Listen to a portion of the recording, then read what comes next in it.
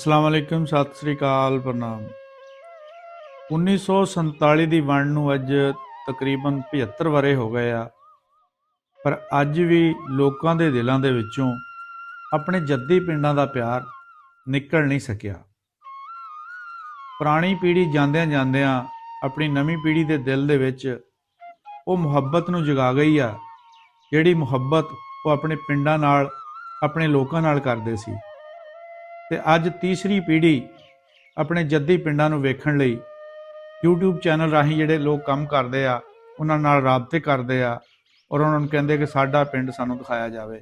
ਅਸੀਂ ਆਪਣੇ ਚੈਨਲ ਦੇ ਰਾਹੀਂ ਕੋਸ਼ਿਸ਼ ਕਰੀਦੀ ਹੈ ਕਿ ਅਸੀਂ ਜਿਹੜੇ ਕੋਈ ਲੋਕ ਸਾਡੇ ਤੋਂ ਤਵੱਕਾ ਰੱਖਦੇ, ਉਮੀਦ ਰੱਖਦੇ ਆ ਕਿ ਪਿੰਡ ਸਾਨੂੰ ਦਿਖਾਓ, ਅਸੀਂ ਕੋਸ਼ਿਸ਼ ਕਰਕੇ ਉਹਨਾਂ ਦਾ ਪਿੰਡ ਦਿਖਾਈਦਾ ਉਹਨਾਂ ਨੂੰ, ਔਰ ਜਿੰਨੀ ਵੀ ਮਾਲੂਮਾਤ ਸਾਨੂੰ ਉੱਥੋਂ ਮਿਲਦੀ ਆ ਉਹ ਤੁਹਾਡੇ ਨਾਲ ਸ਼ੇਅਰ ਕਰਨ ਦੀ ਕੋਸ਼ਿਸ਼ ਕਰੀਦੀ ਆ। ਸਾਡਾ ਅੱਜ ਦਾ ਪਿੰਡ ਹੈ ਚੱਕ ਨੰਬਰ 274 ਸਰਹਾਲਾ ਕਲਾਂ। ਦੋਸਤੋ, ਇਹ ਪਿੰਡ ਪੈਂਸਰੇ ਤੋਂ ਭਾਣੇਵਾਲ ਨੂੰ ਜਾਂਦਿਆਂ ਹੋਇਆਂ ਕੋਈ 1.5 ਕਿਲੋਮੀਟਰ ਦੀ ਦੂਰੀ ਤੇ ਵਸਿਆ ਹੋਇਆ ਹੈ। ਇਸ ਸੜਕ ਨੂੰ ਜਰਨੈਲੀ ਸੜਕ ਵੀ ਕਹਿੰਦੇ ਹੁੰਦੇ ਸੀਗੇ।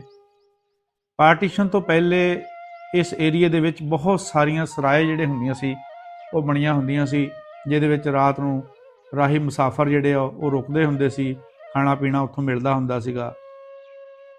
ਚੱਕ ਨੰਬਰ 274 ਸਰਹਾਲਾ ਕਲਾਂ, ਇਹਦੇ ਨੇੜੇ ਨੇੜੇ ਪਿੰਡਾਂ ਦੀ ਗੱਲ ਕਰੀਏ ਤਾਂ ਅਕਾਸੀ ਚੱਕ, ਪੰਡੋਰੀ, 75, ਸੋਲ, 80, ਮੁੱਲਾਂਪੁਰ ਦਾਖੇ ਲੁਧਿਆਣਾ ਦੇ ਵਿੱਚ, ਇੰਡੀਆ ਦੇ ਵਿੱਚ ਵੀ ਹੈਗਾ ਆ। ਬਹੁਤੇ ਪਿੰਡ ਜਿਹੜੇ ਜਦੋਂ 12 ਆਬਾਦ ਹੋਈਆਂ ਸੀ, ਇੱਥੇ ਲੋਕ ਆ ਕੇ ਵਸੇ ਸੀ, ਉਹਨਾਂ ਨੇ ਆਪਣੇ ਪਿਛਲੇ ਪਿੰਡਾਂ ਦੇ ਨਾਂ ਤੇ ਹੀ ਇੱਥੇ ਵੀ ਉਹੀ ਪਿੰਡ ਵਸਾ ਲਏ ਸੀ, ਲੇਕਿਨ ਨਾਲ ਨੰਬਰ ਲੱਗ ਗਏ ਸੀ। ਅੱਗੇ ਜੋਧਾ ਪਿੰਡ ਆ ਜਾਂਦਾ ਜੀ, ਠੀਕਰੀ ਵਾਲਾ ਆ ਜਾਂਦਾ, 71 ਸਰਲੀ, ਨਾਗੋ ਕੀ ਕਰਕੇ ਵੱਜਦਾ ਆ, 67 ਚੱਬਾ, 41 ਜੀਂਬੇ, 40 ਜੀਂਬੇ ਹਲਵਾਰਾ, 272 ਮਜ਼ਾਰਾ, 273 ਮਾਲਾ ਗੁੰਦੀਆਂ, 275 ਪੈਂਸਰਾ, 276 ਡੰਡਿਆਲ। ਇਹ ਪੈਂਸਰੇ ਰੋਡ ਤੇ ਆ ਜਾਂਦਾ ਆ ਜੀ। ਨਹਿਰ ਤੋਂ ਪਾਲੀ ਸਾਈਡ ਤੇ ਝੰਗ ਦਾ ਏਰੀਆ ਸ਼ੁਰੂ ਹੋ ਜਾਂਦਾ ਆ, ਤੇ ਨਹਿਰ ਤੋਂ ਇੱਧਰਲੀ ਸਾਈਡ ਤੇ ਲਾਲਪੁਰ ਫੈਸਲਾਬਾਦ ਦਾ ਏਰੀਆ ਜਿਹੜਾ ਉਹ ਉੱਥੇ ਦੇ ਲੋਕ ਵਸੇ ਹੋਏ ਸੀ। ਇਸ ਪਿੰਡ ਦੀ ਆਬਾਦੀ ਤਕਰੀਬਨ 10,000 ਹੈ। 3500 ਵੋਟ ਹੈ ਇਸ ਪਿੰਡ ਦਾ। ਪਿੰਡ ਵਿੱਚ ਵਸਣ ਵਾਲੀਆਂ ਬਰਾਦਰੀਆਂ ਦੇ ਵਿੱਚ ਰਾਜਪੂਤ ਜਿਹੜੇ ਕਿ ਡਿਬਿੱਡਾ, ਰਿਹਾਣਾ, ਹੁਸ਼ਿਆਰਪੁਰ ਤੋਂ ਆ ਕੇ ਇਸ ਪਿੰਡ 'ਚ ਵਸੇ ਹੋਏ ਆ। ਬੁੱਲੋਵਾਲ ਦੇ ਰਾਈ ਹੈ, ਸ਼ਾਮ 84 ਦੇ ਵੀ ਰਾਜਪੂਤ ਹੈ ਇਸ ਪਿੰਡ ਦੇ ਵਿੱਚ। ਚਟਾਲਾ, ਹੁਸ਼ਿਆਰਪੁਰ ਦੇ ਲੋਕ ਵੀ ਇਸ ਪਿੰਡ ਦੇ ਵਿੱਚ ਹੈਗੇ ਨੇ। ਇਸ ਪਿੰਡ 'ਚ ਜ਼ਿਆਦਾਤਰ ਹੁਸ਼ਿਆਰਪੁਰੀਏ ਰਹਿੰਦੇ ਆ। ਜਦੋਂ 12 ਆਬਾਦ ਹੋਈਆਂ ਸੀ ਉਦੋਂ ਵੀ ਜ਼ਿਆਦਾਤਰ ਲੋਕ ਇੱਥੇ ਹੁਸ਼ਿਆਰਪੁਰ ਤੇ ਹੀ ਆ ਕੇ ਬੈਠੇ ਸੀ। ਵਾਪਸ ਫਿਰ ਦੁਬਾਰਾ ਉਹ ਉਹਨਾਂ ਪਿੰਡਾਂ 'ਚ ਹੀ ਜਾ ਕੇ ਵਸ ਗਏ ਸੀ ਜਦੋਂ 1947 ਦੀ ਵੰਡ ਹੋਈ। ਜ਼ਿਆਦਾ ਤਾਦਾਦ ਜਿਹੜੀ ਰਾਜਪੂਤਾਂ ਦੀ ਆ, ਉਸ ਤੋਂ ਇਲਾਵਾ ਰਾਈ, ਜੱਟ ਤੇ ਗੈਰ ਕਾਸ਼ਤਕਾਰ ਬਰਾਦਰੀਆਂ ਵੀ ਇਸ ਪਿੰਡ ਦੇ ਵਿੱਚ ਵਸ ਰਹੀਆਂ ਨੇ। ਘੋੜੇਵਾਲ ਰਾਜਪੂਤ ਜਿਹੜੇ ਆ ਹੁਸ਼ਿਆਰਪੁਰ ਦੇ, ਉਹ ਇਸ ਪਿੰਡ ਦੇ ਵਿੱਚ ਵਸੇ ਹੋਏ ਆ। ਇਸ ਪਿੰਡ ਦੇ ਲੰਬੜਦਾਰਾਂ ਦੇ ਵਿੱਚ ਇੱਕ ਲੰਬੜਦਾਰ ਆ ਜੀ ਅਕਬਰ ਅਲੀ ਰਾਜਪੂਤ। ਇਹ ਉੱਧਰ ਚੜ੍ਹਦੇ ਪੰਜਾਬ ਵਿੱਚ ਵੀ ਲੰਬੜਦਾਰ ਹੁੰਦੇ ਸੀਗੇ। ਦੂਸਰੇ ਲੰਬੜਦਾਰ ਦਾ ਨਾਂ ਸ਼ਫਾਕ ਖਾਨ ਵਡਾਲਾ, ਇੰਡੀਆ ਤੋਂ ਉੱਠ ਕੇ ਆਏ ਆ ਜੀ। ਇਸ ਪਿੰਡ ਦੇ ਵਿੱਚ ਇੱਕ ਕੁੜੀਆਂ ਦਾ ਸਕੂਲ ਆ ਹਾਈ, ਇੱਕ ਪ੍ਰਾਇਮਰੀ ਸਕੂਲ ਆ ਲੜਕਿਆਂ ਦਾ, ਇੱਕ ਲੜਕੀਆਂ ਦਾ ਫਿਰ ਪ੍ਰਾਇਮਰੀ ਸਕੂਲ ਆ। ਇਸ ਤੋਂ ਇਲਾਵਾ ਇਸ ਪਿੰਡ ਦੇ ਨਾਲ ਹੀ ਇੱਕ ਬਹੁਤ ਬੜਾ ਐਜੂਕੇਸ਼ਨ ਡਿਪਾਰਟਮੈਂਟ ਬਣਿਆ ਹੋਇਆ, ਮੁਹੰਮਦ ਅਲੀ ਜਿਨਾਹ ਕੰਪਲੈਕਸ ਐਜੂਕੇਸ਼ਨ। ਇਹ ਇੱਕ ਬਹੁਤ ਬੜਾ ਅਦਾਰਾ ਆ, ਤਕਰੀਬਨ 150 ਬੱਚਿਆਂ ਦਾ ਹੋਸਟਲ ਵੀ ਇਸ ਦੇ ਵਿੱਚ ਆ, ਸੁਪੀਰੀਅਰ ਕਾਲਜ ਵੀ ਹੈਗਾ ਨੇੜੇ। ਇਹ ਪਿੰਡ ਇੱਕ ਬਹੁਤ ਪੜ੍ਹਿਆ ਲਿਖਿਆ ਦਾ ਪਿੰਡ ਆ। ਇੱਥੋਂ ਦੀ ਆਬਾਦੀ ਜਿਹੜੀ ਆ ਉਹ ਬਹੁਤ ਇੱਕ ਦੂਸਰੇ ਨਾਲ ਪਿਆਰ ਕਰਦੇ ਆ, ਲੋਕ ਰਹਿਣ ਵਾਲੇ ਬੜੀ ਮੁਹੱਬਤ ਦੇ ਨਾਲ ਰਹਿੰਦੇ ਆ। ਇਹਨਾਂ ਦੇ ਪਿੰਡ ਵਿੱਚ ਜ਼ੈਲਦਾਰ ਦਾ ਹੱਥ ਆ, ਅੱਜ ਵੀ ਹੈਗਾ ਆ। ਉਹ ਪਿੰਡ ਵੀ ਆਏ ਸੀਗੇ, ਆਪਣਾ ਪਿੰਡ ਦੇਖ ਕੇ ਵੀ ਗਏ ਸੀਗੇ। ਬਾਕੀ ਜੋ ਕੁਛ ਪਿੰਡ ਵਿੱਚ ਹੈਗਾ ਤੁਹਾਨੂੰ ਅਸੀਂ ਆਪਣੀ ਵੀਡੀਓ ਰਾਹੀਂ ਦਿਖਾਉਂਦੇ ਹਾਂ ਜੀ, ਸਾਡੇ ਨਾਲ ਜੁੜੇ ਰਹੋ ਜੀ। ਜੀ ਸਾਹਿਬ, ਇਹ ਪਿੰਡ ਜਿਹੜਾ ਸਰਹਾਲਾ ਵੱਡਾ ਇਹਨੂੰ ਕਹਿੰਦੇ ਆ ਆਪਾਂ, ਹਾਂਜੀ, ਇੱਥੇ ਕੋਈ ਪਤਾ ਕਿ ਕਿਹੜੇ ਕਿਹੜੇ ਲੋਕ ਰਹਿੰਦੇ ਸੀਗੇ? ਇਹ ਸਾਰਾ ਪਿੰਡ ਸਰਦਾਰਾਂ ਦਾ ਹੀ ਸੀ ਜੀ। ਅੱਛਾ ਤੇ ਜੈਲਦਾਰ ਵੀ ਇੱਥੇ ਦੇ ਸੀਗੇ, ਅੱਛਾ, ਤੇ ਲੰਬੜਦਾਰ ਵੀ ਸੀ। ਉਹਦੇ ਤੇ ਮੇਰੇ ਖਿਆਲ ਲੰਬੜਦਾਰ ਦੀ ਬੇਟੀ ਤੇ ਕੋਈ ਮੁੰਡਾ ਵੀ ਇੱਕ ਦੋ ਦਫਾ ਜੋ ਨਨਕਾਣਾ ਸਾਹਿਬ ਆਏ ਇੱਥੇ ਫਿਰ ਕੇ ਗਏ ਆ। ਅੱਛਾ ਜੀ। ਤੇ ਨਾਵਾਂ ਦਾ ਸਾਨੂੰ ਨਹੀਂ ਪਤਾ। ਹਾਤਾ ਉਹਨਾਂ ਦਾ ਹੈਗਾ ਉਹ ਗੇਟ ਜਿਹਾ ਨਹੀਂ ਜਿੱਥੇ ਹਾਂ, ਹੱਥ ਆ ਜੀ, ਉਹਨਾਂ ਦੇ ਹੀ ਸੀਗੇ। 7 ਹੱਥੇ ਉਹਨਾਂ ਦੇ ਹੀ ਸੀਗੇ। ਅੱਛਾ, 7 ਹਾਤੇ ਸੀ ਉਹਨਾਂ ਦੇ।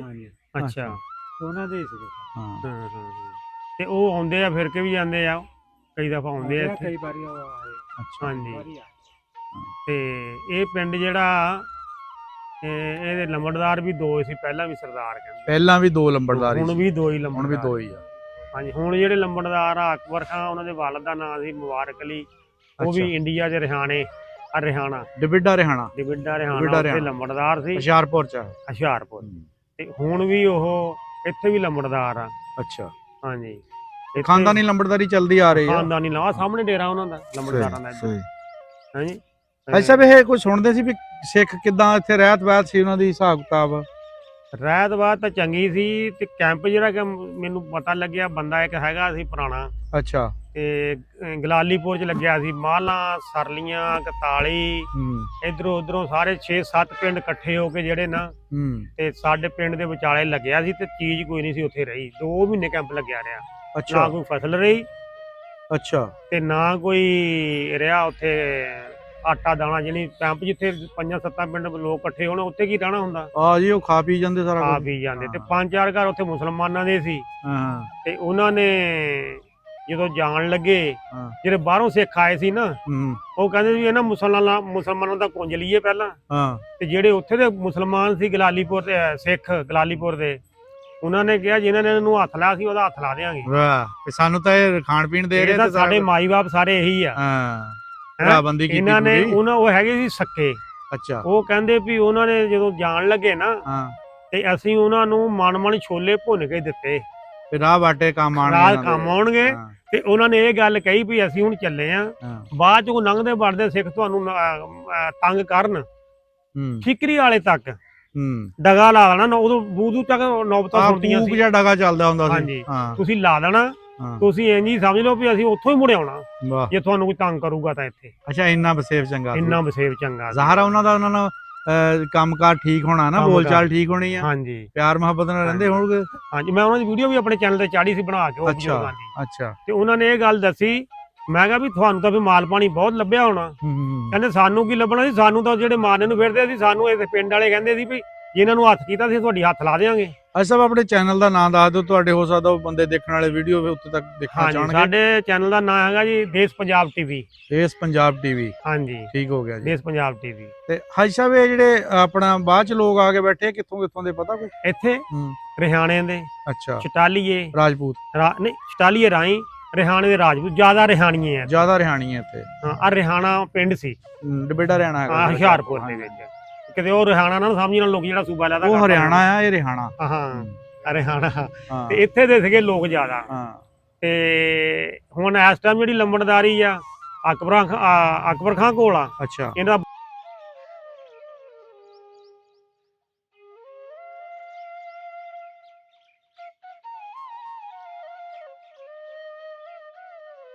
ਅੱਛਾ, ਉਹ ਕਹਿੰਦਾ ਵੀ ਉੱਥੇ 40 ਬੰਦੇ ਮਰੇ ਉਸ ਪੁਲ ਤੇ। ਉਸ ਪੁਲ, ਓਏ ਹੋਏ ਹੋਏ, ਉਹ ਜੰਗਲੀ ਸਾਰੇ ਲੁੱਟਣ ਹੁੰਦੇ ਸੀ ਨਾ। ਅੱਛਾ, ਜੰਗਲੀਆਂ ਨੇ ਲੁੱਟਮਾਰ ਬੜੀ ਉਦੋਂ ਕੀਤੀ ਹੈ ਨਾ। ਹਾਂਜੀ, ਇਹ ਆਉਂਦੇ ਸੀ ਲੁੱਟਣ, ਤੇ ਇਹਨਾਂ ਨੂੰ ਉਹਨਾਂ ਨੇ ਆਉਣਾ ਸੀ ਗਲਾਲੀਪੁਰ। ਸਾਰਿਆਂ ਦੀ ਨਹੀਂ ਗੱਲ ਕਰਦੇ, ਵਿੱਚ ਚੰਗੇ ਬੰਦੇ ਵੀ ਬਹੁਤ ਸੀਗੇ।